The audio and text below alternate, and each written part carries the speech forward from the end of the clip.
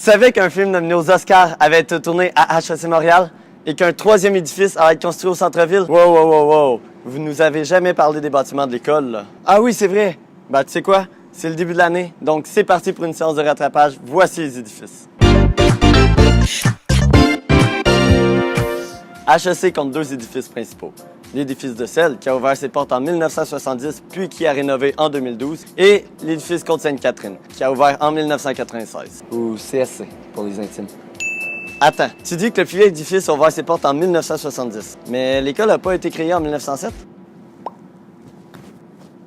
Oh. Non, mais avant, ça se passait au Square Vigor, dans le Vieux-Port, ou le Square Vigée, si vous avez vraiment l'accent français. Mais tout ça, c'est de l'histoire ancienne. On s'est rapproché de l'UDM maintenant. L'UDM, on sait pas trop ce qu'ils font, mais c'est nos amis. L'architecture est très logique. À CSC, le rez-de-chaussée s'appelle le rez-de-jardin, et donc c'est le sous-sol qui s'appelle le rez-de-chaussée. Mais à Desselles, le rez-de-chaussée, c'est le deuxième étage.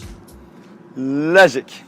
Si t'es nouveau à l'école, laisse-moi te présenter CSC. Vraiment la base. Quand t'arrives, la première chose que tu vois, c'est la grande cafétéria très lumineuse avec l'écran géant que tout le monde lit. Au rez-de-chaussée, plusieurs espaces servent à accueillir des événements, comme le Salon L'Oréal, le Salon National et même la Cafette. Mais le plus marquant, c'est clairement l'amphithéâtre Banque Nationale qui accueille les plus grosses conférences. Au premier étage, les salles de cours. Pour t'y retrouver, c'est facile. Ils ont trié les classes par ordre de couleurs. Donc les couleurs chaudes, rouge et jaune au sud, et les couleurs froides, le vert et le bleu au nord. Tu remarqueras aussi que toutes les classes portent le nom d'une compagnie partenaire d'HEC.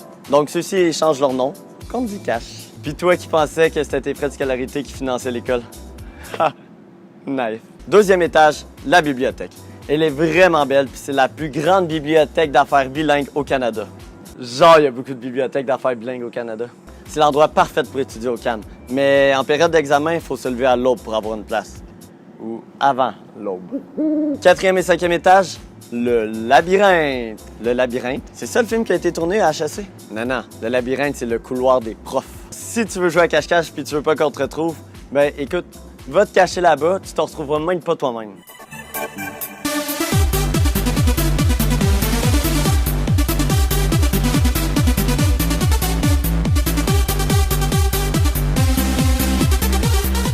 Donc, si tu veux être sûr de retrouver un professeur, notre conseil, envoie-y un courriel. #merci, la chaise bleue. Non, pour vrai, c'est le plus simple, puis en général, ils préfèrent ça. Sixième étage, le restaurant Le Cercle, mais on vous en a déjà parlé de ça. Puis autour du Salon L'Oréal, il y a les couloirs des assos. Vous pouvez même venir nous voir. Ah oui, et la nouveauté? Le Bureau des échanges internationaux a déménagé à CSC. Il est désormais au-dessus de la coop, au premier étage. Desselles, c'est le pavillon historique de l'école. C'est un peu comme CSC, sauf que l'ambiance est plus sobre. À l'entrée côté avenue Desselles, il y a la zone info du registrariat.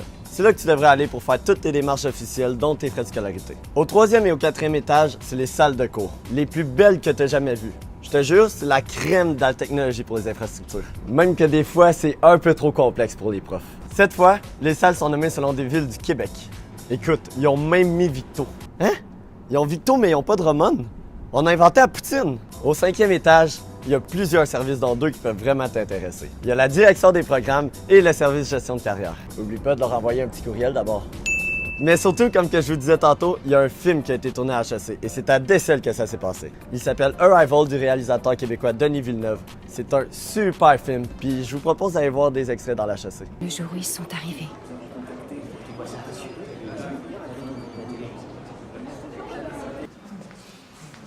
Bonjour tout le monde. Bonjour. Où sont tous les autres? Tant pis, on va commencer.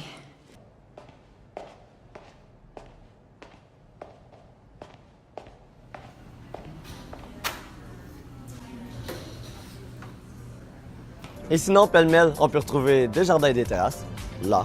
Le hall des diplômés où on affiche le nom des donateurs généreux, des fauteuils bleus, des casiers, des escaliers utiles, des baies vitrées, la chaise bleue, la coop, des tableaux hommages aux récipiendaires, à ceux qui ont gagné des prix, la salle des marchés, des fresques artistiques, des fauteuils en S, des puits de lumière, puis plein d'autres trucs. Et comme tu as sûrement entendu parler, HEC Montréal va ouvrir un troisième édifice au centre-ville. C'est un projet qui mûrit depuis plusieurs années, dont la raison est assez simple. L'HEC Montréal a connu une croissance énorme. Ses activités et son aura internationale se sont énormément développées. Résultat, il n'y a plus de place. Le bâtiment va être construit à côté de la basilique Saint-Patrick. Il accueillera principalement des programmes de MBA et de certificats. Les programmes principaux resteront donc ici. Pourquoi aussi loin? Pour se rapprocher du quartier des affaires et resserrer les liens avec les entreprises qui travaillent avec nous. Le projet a été approuvé au printemps 2018 et débutera à l'hiver 2019. Le tout afin d'être prêt pour la rentrée scolaire 2021. En ce moment, on est en septembre 2018. L'architecture du futur édifice s'efforcera de respecter les normes de durabilité et de respect du patrimoine. Et quand je dis durable, non. Le nouvel édifice ne va pas purifier l'air que tu respires, mais toi, arrête d'utiliser des bouteilles en plastique. If you can't reuse it, then refuse it. Et voilà. Alors toi, c'est quoi ton lieu insolite à HEC? Dis-nous ça en commentaire.